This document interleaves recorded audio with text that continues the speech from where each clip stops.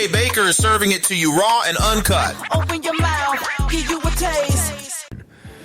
All right, everyone, make sure you download the Weird You Radio app. That way you don't miss a thing. Make sure you like, subscribe if you're on the YouTube. I love how old people, we go to TikTok and the YouTube.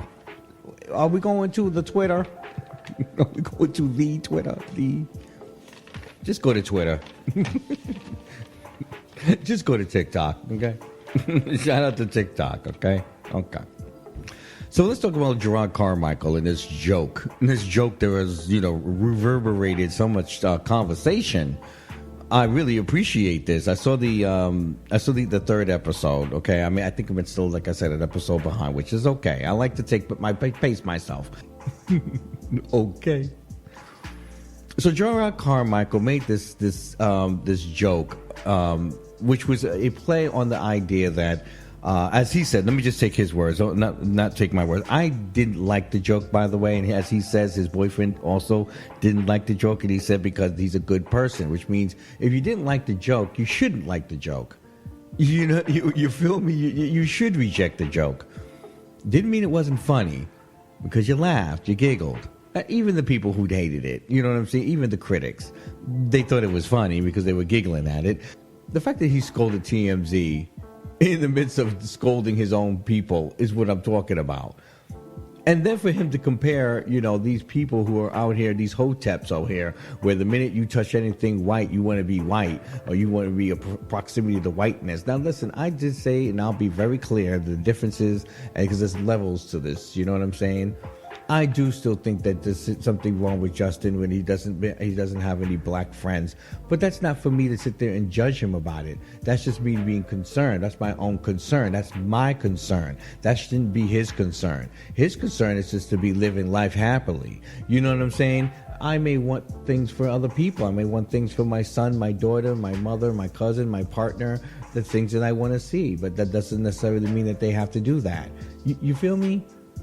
So that's how I feel about Justin. I'm not excommunicating him out of the community because he happens to feel rejected by his own.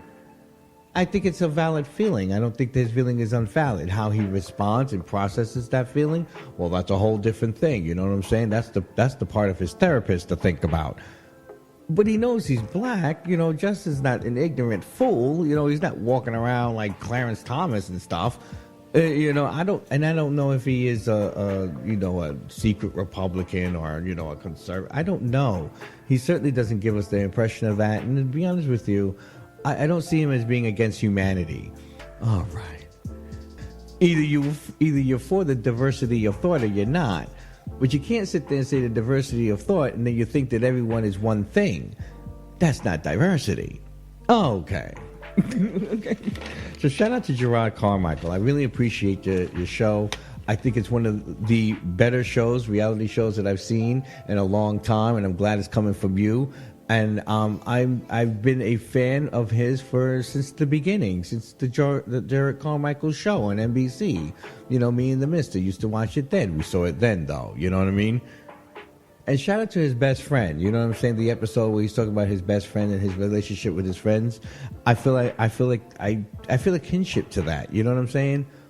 So big shout out to Jerrod Carmicheal. I just wanted to say this, this segment for you. I'm proud of you, bro. You're one of the big warriors on the Pynk Mafia, and I appreciate it. And can we give him a basket of edibles, please? Thank you, Gio. Okay. Give him two, just because. I mean, the idea that he exposed a lot of these hoteps out here who portray to be all diversity and, we're black power. Black power? What are you talking about? Okay, boo-boo, relax. I could date a white man and smash cakes to Kevin Evans, have babies and children and family, and guess what? I'm still black. Okay? He's got a black best friend. Both of his best friends are black. They seem to be normal, average black people. I don't understand what's wrong with these people with all of these rules and regulations on how you're supposed to be black enough. Black enough? Relax. I'm not going anywhere. I'm black. Relax. Relax. Okay? The people you need to be paying attention to are people like Clarence Thomas. You know what I'm saying? You know, these conservatives out here talking and stuff. That woman that was at the, what was it, the Chick-fil-A? That's who you need to be worried about. The Candace Owens? That's who you need to be worried about. You know what I'm saying? The Charlemagne's, that's who you got to worry about. Worry about the snakes. Don't worry about the people that are on your side who understand the world and see the world as you do. You understand? That's what we're not going to do. All right? Thank you. Download the We Are You Radio, everyone. That way you don't miss a thing. I'm definitely done now. Check out full episodes of Raw and Uncut, Monday through Friday, 7 to 11, live streaming on We Are You Radio. Or hit the link in the bio to download the We Are You Radio app. Comment, subscribe, and thanks for listening to Raw and Uncut on We Are You Radio, the urban sound of pride.